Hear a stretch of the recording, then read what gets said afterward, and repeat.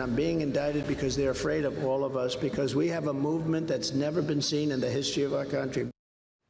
Former President Donald Trump in South Carolina this weekend, fresh off another indictment, saying he's being attacked by a DOJ that he calls corrupt. Despite a warning from the judge to not discuss the case, the Republican frontrunner for the 2024 nomination is only ramping up his claims that the election was stolen from him and that he's an innocent man. Our Washington correspondent Anna Warnicki joins us now live from Capitol Hill this afternoon. So, Anna, Trump's lawyers must respond to the special counsel's motion for a protective order here by 5 o'clock. Has that happened yet? Good afternoon. We're still waiting for that to come down and for that to be posted online. But prosecutors say that they want this protective order in place to limit what former President Trump can say publicly about this case. Specifically, they say on social media. Have you ever seen anything like what's going on? I mean, I never heard the word indictment. Then all of a sudden, over a period of a couple of weeks, you get 4 indictments. Former President Donald Trump remains defiant in the face of the prosecution's request to limit what information he can share publicly about the case against him. It's not a gag order. The former president is free to criticize the trial. It's not relevant to his First Amendment rights at all. George Washington University professor Paul Schiff Berman says he's not surprised the former president is fighting the order.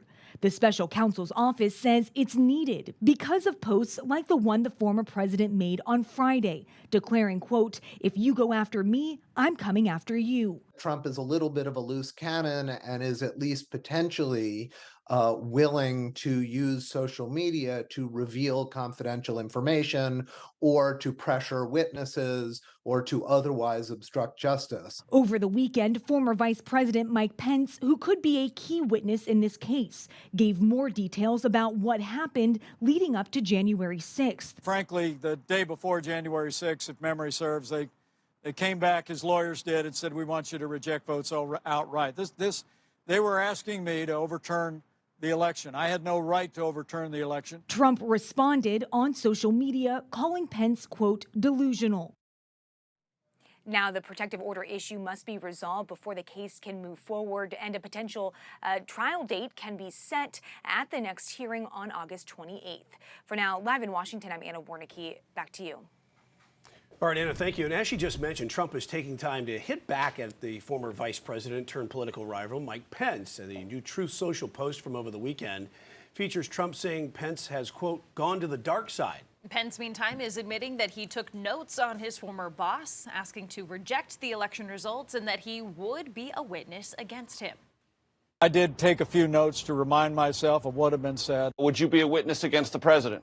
People can be confident. We'll obey the law. We'll respond to the call of the law if it comes, and we'll just tell the truth. Mike Pence will be one of our best witnesses at trial. I read his book very carefully, and if he testifies consistent with his book, then President Trump will be acquitted.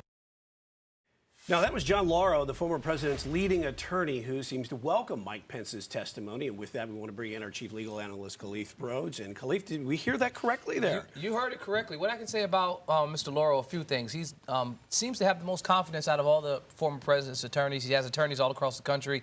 He's the most adamant about his defense. He does continue to rhetoric that this is not a criminal case. It's a First Amendment right to free speech for the president. But he's very adamant that they have a strong position, and him welcoming who I believe is probably special counsel's best witness against the former president. I probably totally disagree to his assessment of Mike Pence testifying for sure. Well, so we talked a little bit about this on Friday, but about Trump's conditions of release. Did that social media post violate anything here? No, because the directive from the judge, the conditions for release were not to have any communication with any witnesses. And so that was not directly with. Obviously, it was directed towards the former vice president, but it wasn't with. And so I think that would still be inside the parameters of him being able to talk. Obviously, that communication is something that would be protected. But for sure, I think the president is toting a close line to having any type of communications about those incidents. But I will say that Mike Pence said something there. He said, I took notes. He not only took notes, he wrote a book.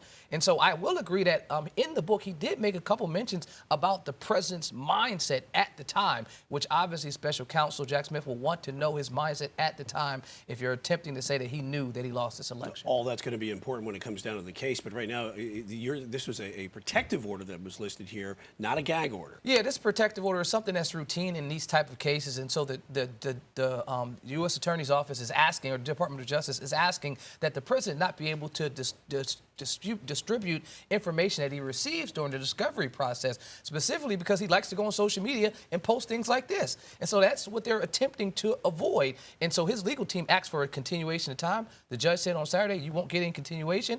In the next 20 minutes, you guys need to make a decision, or I'll make one for you. And so we'll see by 5 o'clock if his team has did what they're supposed to do. All right, the clock is ticking on that. Our chief legal analyst, Khalif Rhodes, thanks for joining us.